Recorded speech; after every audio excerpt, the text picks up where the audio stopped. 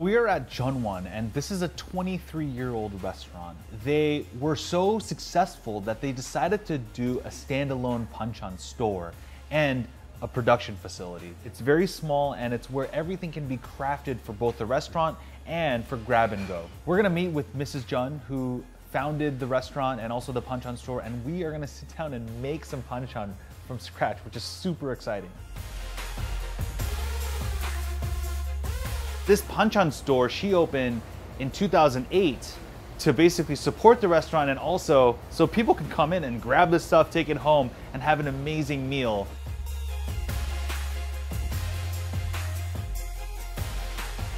So she's from the region of Chungcheong-namdong, and the town she's actually from is from Seosan, and she learned to make Banchan from her mother. These are the roasted anchovies that we're gonna use. What's cool about these anchovies? So actually the heads have been removed and the guts have been taken out because the guts have kind of a bitter flavor.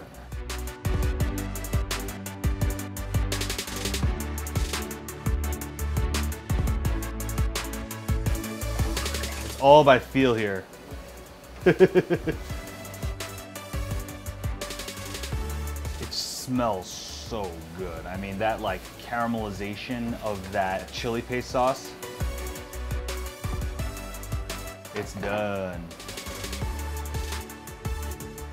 It's got a good balance of heat, that chili spice is there, sweetness, kind of like a caramelly sweetness to round it out. But we're gonna make this little thing called a 동그랑땡 with ground beef. They're like little rounds, they're like little meat rounds.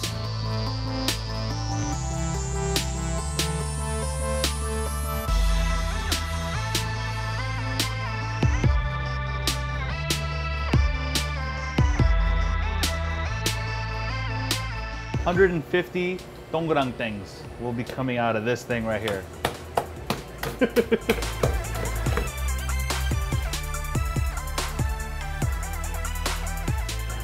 There's a certain rolling technique that takes decades to master.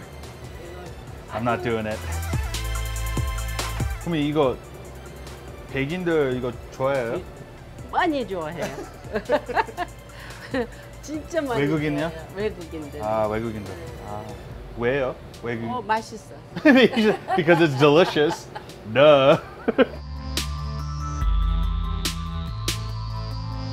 You know, growing up for me, these things were like, after school, like, oh, I'm hungry, Mom, I need food. My mom would sometimes make these, but it's honestly easier to just go to a Banchan store like this, pick up a couple that are already fried up and ready to go. You know, you have a ready-made meal. This is the perfect Korean after-school snack.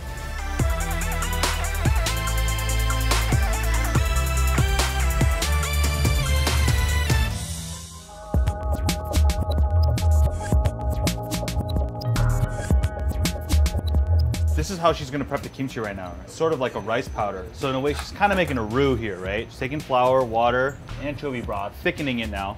This is partially why kimchi is not vegan. When you cook the anchovy broths, you're developing the flavor, but when you add the rice flour, it gives it kind of that richness, the depth, and it kind of softens the kimchi. Oh man, that smells super strong. It's been sitting in a salt solution, basically brining for about 6 hours, which is kind of on the shorter side, but because it's baby Napa cabbage, you can do that. So she's doing a double wash to make sure that she's kind of rinsing off all that salt from before. That's how you start making kimchi.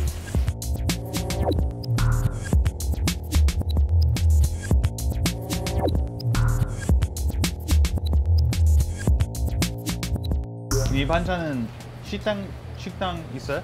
그러니까 이렇게 많이 하지. 여기는 날마다 한 4개 정도만 해놓지. 그러고도 난 그냥 이렇게 와서 가져가는 사람이 없어요. 없어요? 맞추지. 와. 그러니까는 뭐라 그러지 그거 보고? 저게 맞추는 거 보고. What's immediately gratifying is how crunchy it is, and how fresh. I mean, this stuff really hasn't fermented, so it's unfermented. The cabbage is it's still raw and just kind of aching to develop, but it's still tasty. What's not obvious is that the underlying flavor is the anchovy and the shrimp paste. That gives it a very pleasant, flavorful finish. 코리안 음식은 네. 이렇게 이런 것처럼 이렇게 모두가 다 오래되고 네.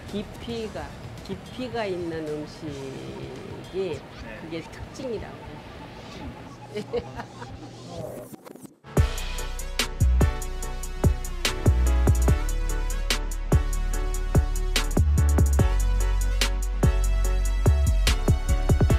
The reason why Korean food is so unique is because of banchan. It's such an important foundation of the cuisine. You know, with literally like 12 things already on the table, you haven't even got your entrees yet. Your palate's just getting excited and you're ready to have a great meal.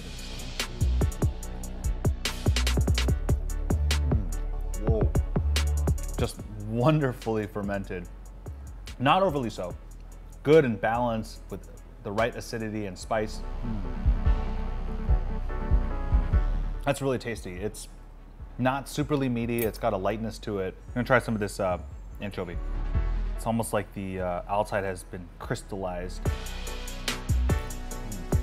These things are really nice. They're a little chewier. They're not quite as crispy, but that sweet, spicy glaze on the outside gives it a nice, extra deliciousness. Thanks so much for watching, and if you want to see more of my K-Town adventures in Los Angeles, click right here.